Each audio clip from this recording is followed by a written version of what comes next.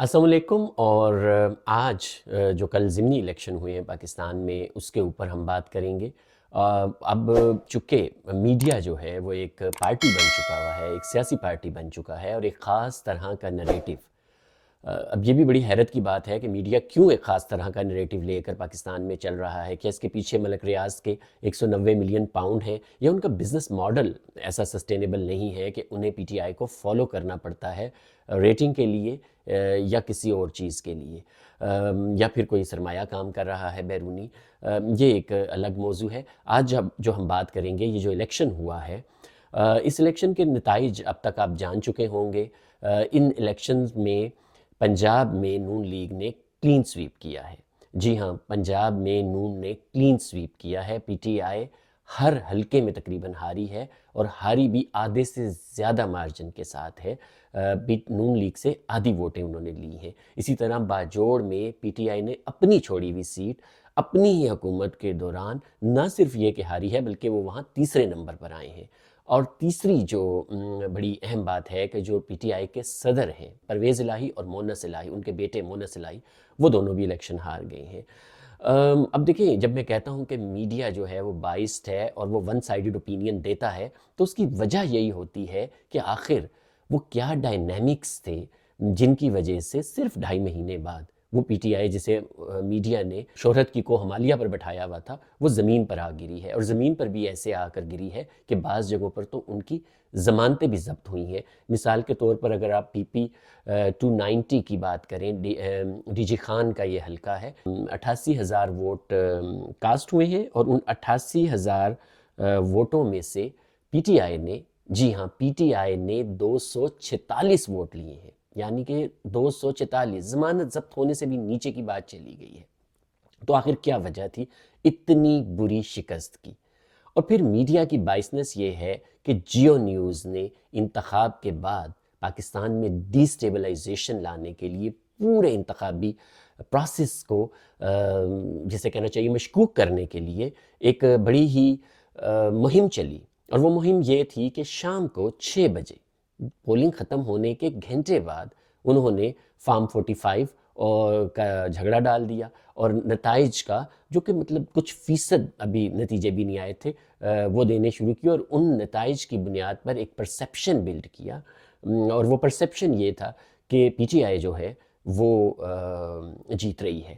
اور پھر چونکہ نون لیگ کا سوشل میڈیا آپ کو پتہ ہی ہے کہ وہ بہت ویک ہے، اور وہ اس طرح کام نہیں کرتا جیسے کہ ہونا چاہیے۔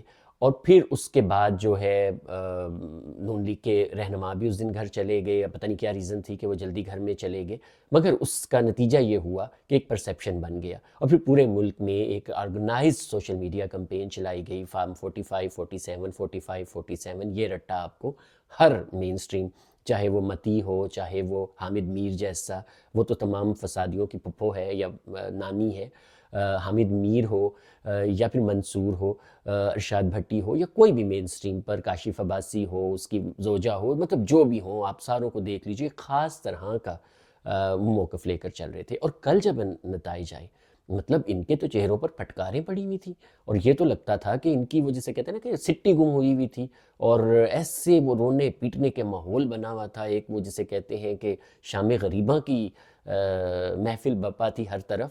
تو یہ سارا آخر ہوا کیوں؟ دیکھیں، عوام کو ایک غلط پرسپیکٹیو جب آپ دکھاتے ہیں، ہمارا الیکشن کے پہلے دن سے یہ موقف ہے کہ مائنس نواز شریف کے لیے ان الیکشنز کو مینوپلیٹ کیا گیا۔ الیکشن کے پہلے دن میں نے یہ بات لکھی تھی کہ جو محسن نقوی صاحب ہیں، جو وزیر داخلہ ہیں آج کل، اور اس وقت وزیر اعلیٰ پنجاب تھے، ان کا رول ہم بھول نہیں سکتے ہیں۔ کم از کم 30 سے 35 سیٹیں ایسی ہیں جنہیں ہرانے کے بعد جو تجزیہ آئے تھے، جو ایجنسیز کی رپورٹس آئی تھیں، جو الیکشن سے پہلے سروے آئے تھے، ان میں جو نون کی سیٹیں تھیں وہ 120 130 کے قریب بتائی گئی تھیں۔ تو وہ سیٹیں آخر پھر نون کیوں نہیں جیت سکی؟ اور پھر اگر وہ جیت جاتی تو ظاہراً نواز شریف صاحب نے وزیر اعظم بننا تھا، اور نواز شریف قبول نہیں ہے۔ نواز شریف کو آپ دیکھیں، پوری میں نے پہلے بھی بات کی تھی کہ نواز شریف کو ڈیمونائزیشن کرنے کے لیے پوری الیکشن کمپین میں، آپ پوری الیکشن کمپین کا انالیسس کر کے اٹھا لیجئے، اس میں آپ کو ایک ایک کردار وہ نواز شریف کے اوپر مطلب غراتا ہوا نظر آئے گا، چاہے وہ بلاول بھٹو تھے، چاہے وہ پی ٹی آئی کی جو لوکل دستیاب قیادت تھی، حتیٰ کہ فواد چودھری کو جیل میں سے جب عدالت لے کر جایا جاتا تھا، بڑے اہتمام سے ہتھ کڑیوں میں ان کی ایک فوٹیج بنتی جس میں وہ نواز شریف کو برا بھلا کہہ رہے ہوتے تھے، پورے ہر طرف یہ ایک تاثر بنایا گیا کہ نواز شریف لاڈلا ہے اور نواز شریف سلیکٹڈ ہو رہا ہے۔ اس تاثر نے بھی نون کو بڑا نقصان پہنچایا، اور بدقسمتی سے نون کی جو سوشل میڈیا ٹیم ہے وہ اتنی وائبرنٹ نہیں ہے کہ ان تاثر کو زائل کر سکے، یا پھر یہ مسئلہ تھا کہ نون کے اندر سے بھی کچھ ایلیمنٹس ایسے تھے جو کہ ملے ہوئے تھے اور وہ چاہتے تھے، یا ان کے کیریئر کا رستہ اسی طرح کھلتا تھا کہ اگر نواز شریف صاحب جو ہیں وہ مائنس ہو جائیں۔ اور یہ گیم اب ہمیں سمجھ آ گئی کہ جو بھی پاکستان دشمن قوتیں تھیں، جو بھی ایسے لوگ تھے جو پاکستان کو مسلسل عدم استحکام کا شکار رکھنا چاہتے تھے، وہ نہیں چاہتے تھے کہ نواز شریف صاحب واپس آ جائیں، کیونکہ جو نواز شریف صاحب کا دور تھا، جو لاسٹ دور تھا ان کا، وہ اب تک پاکستان کی تاریخ میں معاشی ترقی کے حوالے سے کسی بھی انڈیکیٹر کے حوالے سے بہترین دور تھا۔ جب نواز شریف صاحب اقتدار میں تھے اس وقت پاکستان میں غربت کی شرح 22% تھی، جو اب 40% کے قریب جا چکی ہے، اور یہ عمران دور میں ہی ہو گئی تھی۔ اور اس وقت انڈیا میں غربت کی شرح 24% تھی، جو کہ اب کم ہو کر 13% ہو گئی ہے۔ تو یہ ایک عجیب تعلق ہے کہ نواز شریف مائنس کرنے کے بعد، عمران کو لانچ کرنے کے بعد، اس پروجیکٹ کو، اس کلٹ کو اس معاشرے میں پھیلانے کے بعد، اس ملک نے ہر فیلڈ میں تنزلی دیکھی ہے۔ آپ کی معیشت کا سائز کم ہو گیا، آپ کا جی ڈی پی گروتھ رک گیا۔ وہ ملک جس کے بارے میں تمام بین الاقوامی جو ادارے تھے، اخبارات تھیں، وہ سارے یہ بتا رہے تھے کہ وہ بہترین ترقی کر رہا ہے، ایشیا میں سب سے زیادہ فاسٹنگ گروئنگ اکانومی ہے، وہ اچانک رک گئی۔ اور انڈیا، آپ پچھلے 7 سال کا انڈیا کا ڈیٹا نکال کر دیکھیں اور پاکستان کا دیکھیں، اور پھر یہ دیکھیں کہ کیسے انڈیا اس دوران اوپر کی طرف گیا ہے اور پاکستان نیچے کی طرف گیا ہے۔ تو یہ جو ساری چیزیں ہیں، یہ ایک ڈیزائن، اور اس کو میں اکثر کہتا ہوں کہ ایک ڈیزائن کیوس ہے، جس کو ڈیزائن کیا گیا ہے پاکستان میں خاص طرح کی افراتفری لانے کے لیے، پاکستان میں ڈی سٹیبلائزیشن لانے کے لیے۔ اب دیکھ لیجئے چائنا کے صدر نے آنا ہو یا کوئی بھی اہم منصوبہ ہو، سی پیک کا منصوبہ ہو، وہ اس سے پہلے ایک خاص طرح کی افراتفری ہمارا میڈیا چینل لیڈ کرتے ہیں، اور اس کے بعد جو ہے وہ ہر طرف پھیل جاتی ہے، اور اتنی عدم استحکام کو پھیلایا جاتا ہے کہ وہ جو ترقی کا موقع بنا ہوا ہوتا ہے وہ رک جاتا ہے۔ تو ہمیں یہ ساری سازشیں جاننی بھی ہیں۔ کل کے الیکشن کے ریزلٹس نے ایک دفعہ پھر یہ بات ثابت کر دی ہے کہ جتنی بھی جو دھاندلی ہوئی ہے، اگر دھاندلی ہوئی ہے، فیبروری 8 کو جو الیکشن ہوئے ہیں وہ نون لیگ کے خلاف ہوئی ہے، اور اس کا ایک مقصد تھا نواز شریف کو مائنس کرنا۔